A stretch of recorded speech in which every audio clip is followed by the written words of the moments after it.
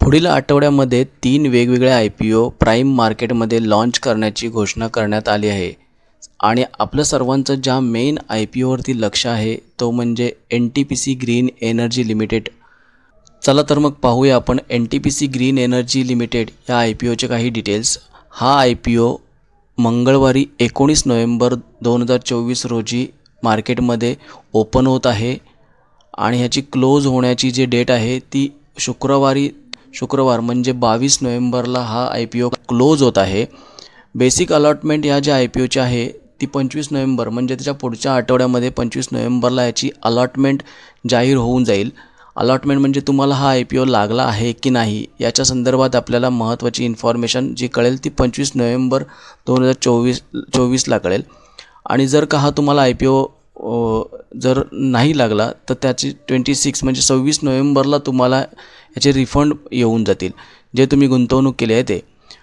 जर IPO तुम्हाला लागला तर ह्या IPOचे शेअर्स तुमच्या डीमार्टमध्ये 26 नोव्हेंबर 2024ला येऊन जातील। लिस्टिंग डेट आहे या IPOची बुधवार 27 नोव्हेंबर IPOची लिस्टिंग डेट आहे। त्याच पद्धतीनं या IPOचा जो प्राइस बँड आहे तो 102 ते 108 पर शेअर या पद्धतीने आहे आणि लॉट साईज या IPOची 138 रुपीज आहेत।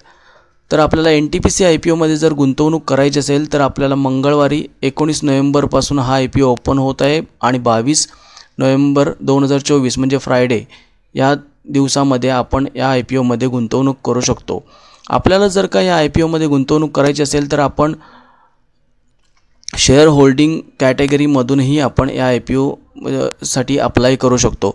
आता शेअर होल्डिंग कॅटेगरीमधून जर आपल्याला ह्या IPOमध्ये गुंतवणूक करायची असेल तर महत्त्वाचा मुद्दा कोणता आहे तर आपल्याला NTPCचा आपण शेअर होल्डर असणं गरजेचं आहे। आता ज्यांच्याकडे NTPCचे शेअर होल्डिंग आहे ज्यांच्याकडे NTPCचा शेअर घेतलेला आहे ते लोक ह्या IPOला शेअर होल्डिंग कॅटेगरीमधून भरू शकतात। शेअर होल्डिंग कॅटेगरीमधून भरण्यासाठी आपल्याला 11 नोव्हेंबर 2024 पर्यंत NTPCचा एक तरी शेअर आपल्या अकाउंटमध्ये म्हणजे डीमार्ट अकाउंटमध्ये असणं गरजेचं होतं।